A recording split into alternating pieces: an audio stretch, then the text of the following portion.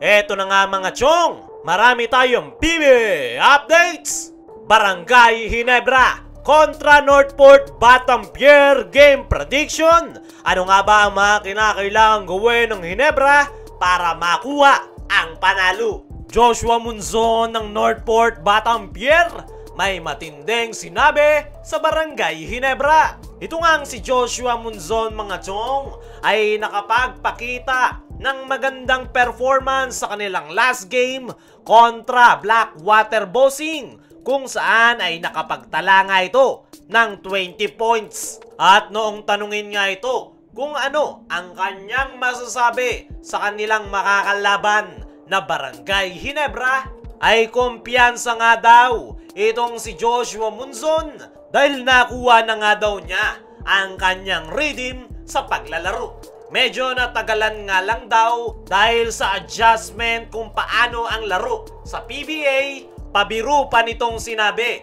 na malas nga lang daw ng Ginebra dahil natapat sa kanila na kumpiyansa siya na maglaro. Pero pagdating sa seryosong usapan ay matinding preparation daw ang kanilang kinakailangang gawin kontra Barangay Ginebra. Ang kupunan nga daw ni Coach Tim ang title contender ngayong conference. Kaya naman, ibibigay nga daw nila ang kanilang all-out performance dahil kailangan daw nila na makuha ang panalo. Dagdag pa nga nitong si Joshua Munzon na ito na nga daw ang simula ng pag-angat ng kanyang basketball career at gusto niya nga daw yang patunayan sa paparating na laban nila sa Barangay Ginebra. At dito naman tayo sa kabilang balita, Barangay Ginebra kontra Northport Batampier game prediction.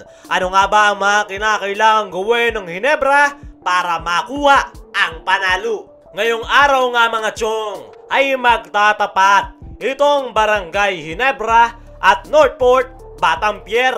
Napaka-importante nga ng panalong yan para sa dalawang koponan dahil pareho nga silang naghahabol sa twice to beat advantage. Napakalaking tulong nga niyan para sa paparating na quarterfinals para mapadali ang pag-advance sa semifinals. At kung wala kang twice to beat advantage, ay alanganin ka na sa quarterfinals. At yan nga ang target na makuha ng dalawang koponan, lalong-lalo na nitong Barangay Ginebra dahil gigil nga silang depensahan ang kanilang kampyonato.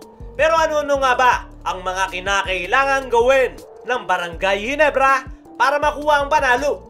Unang-una sa kanilang listahan ay ipakita ang kanilang magandang depensa. Ito nga ang Northport Batampier mga chong, ang isa sa masasabi nating Dark Horse team ngayong conference. Napakadami ngang batang talented players sa kanilang koponan. Gaya na lang nitong former Ginebra forward na si Arvin Tolentino. Ito nga ang kasalukuyang local leading scorer ngayong conference. Nandyan din sa Joshua Munzon na maganda na ang ipinapakitang performance. Kaya naman, kinakailangan talagang maipakita ng Barangay Ginebra ang kanilang mahigpit na depensa dahil halos lahat ng player ngayon ng Northport Batampier ay naaasahan. At yan nga ang kinakailangang i-anticipate ng koponan ni Coach Tim Cone. Sunod sa kinakailangang gawin ng Barangay Ginebra kontra Northport Batampier ay umiwas sa turnovers. Matagal na ngang problema ng Barangay Ginebra ang kanilang napakaraming turnovers. At ngayon na makakalaban nila ang Northport Batampier ay kinakailangan nila yung iwasan o bawasan man lang dahil pwede silang dalihin ng Northport dahil napakadami nga nilang talented players na pwedeng magpahirap sa kanila.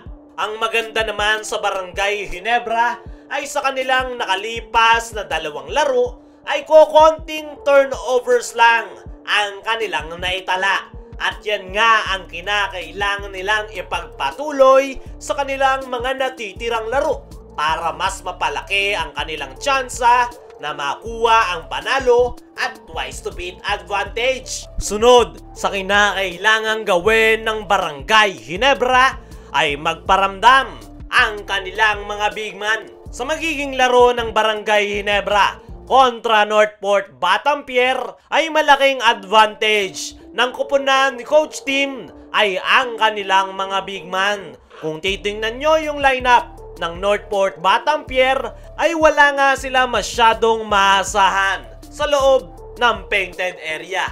Samantalang ang Barangay Ginebra ay nandyan si Japet Aguilar, Christian Stan Hardinger, Tony Bishop, pwede ding tumulong itong si Jamie Malonzo. Pero yung pinakakailangan talaga mag-step up para sa Ginebra ay itong si Christian Stan Hardinger at Japet Aguilar. Meron nga silang height advantage na po pwedeng magamit kontra Northport Batampier. Panghuli naman ay kailangan ng magparamdam nitong si Tony Bishop. Nitong mga nakalipas na laro ng Ginebra ay kulang na kulang talaga ang contribution nitong si Tony Bishop sa Barangay Ginebra. At ngayon na kailangan ng Ginebra na makuha ang panalo ay ito na nga ang tamang panahon para magpasikat si Tony Bishop. At para naman sa ating game prediction mga chong, ay expect nyo na height advantage ang gagamitin ni Coach Tim kontra Northport Batampier. Mas malaki nga yung chance nila na manalo kung dadaanin nila sa laki.